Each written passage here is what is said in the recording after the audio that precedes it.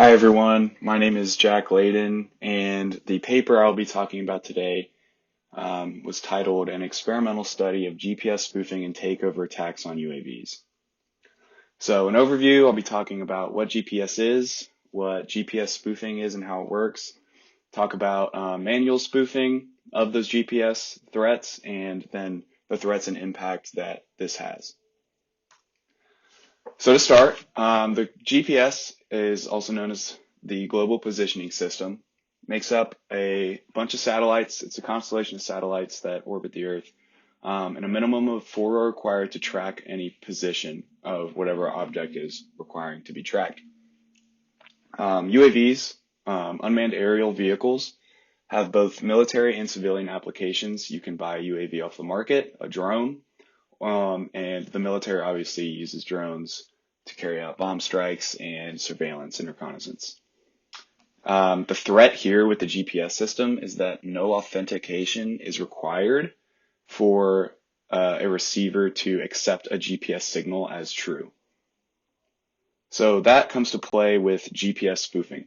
So in GPS spoofing, what happens is a radio transmitter will send a counterfeit signal to a receiver. And what would happen is if there's two signals, because there would be a real GPS signal and then the spoofer GPS signal. Whatever signal's stronger will override the weaker one, and that one will take effect onto the drone. So the spoofer sends a signal to a receiver where the position, navigation, and timing is calculated, PNT. This can be executed through manipulation of a GPS signal. So you could take a real GPS signal, manipulate it, and send that to the receiver. Or you could play back a real GPS signal at a different time to execute whatever GPS signal you want to be spoofed to be sent to the receiver.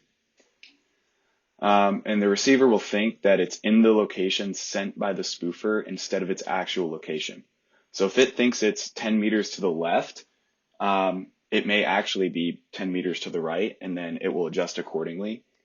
And this is done one of two ways. One, like I said, overpowering the signal, which is a little bit of it's easier and it's quicker, but it's easy to be caught because the receiver will be able to see that the GPS signal it was locked onto suddenly switched or changed way too quickly.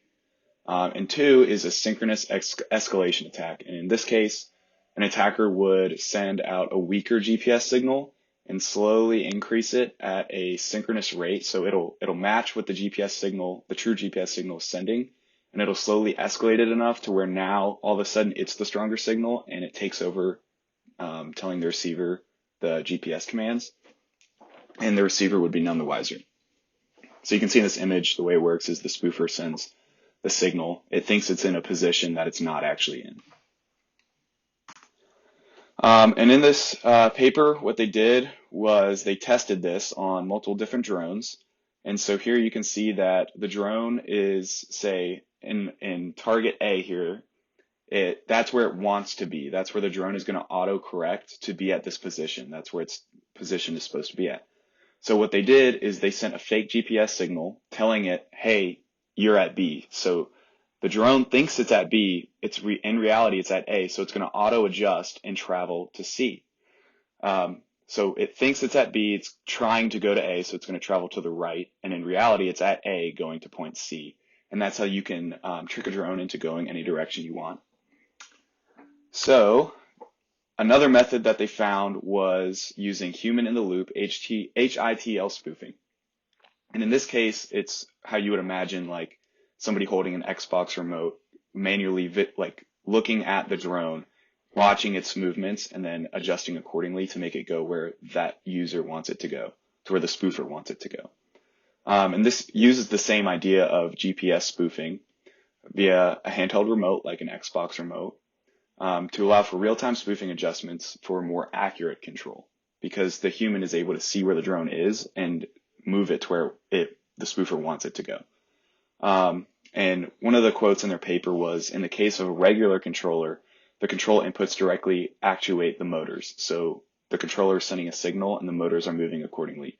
But with HITL GPS spoofing, the motors are actuated through the vehicle's attitude and position correction mechanism. So this is where it's not being controlled by a user sitting there actually controlling it. It's adjusting to where it thinks it is via this handheld device. So the threats and impact, obviously terrorism is on the rise. There are a lot of crazy people out there. Terrorists put bombs on drones and fly them into bases, fly them into buildings with civilians. Cartels and smugglers are using it to smuggle drugs across the border. Smuggle things into prisons actually is a big thing now too. So the questions that are raised from this paper are, should signals be authenticated? Because this is how GPS spoofing is able to occur. And then, should a GPS spoofing device be created to counter these malicious drones? So should a device be sent out and deployed to where it itself is spoofing signals so that anything that comes within its range is all of a sudden taken over by this GPS spoofing device? So thank you very much, and I will now take questions.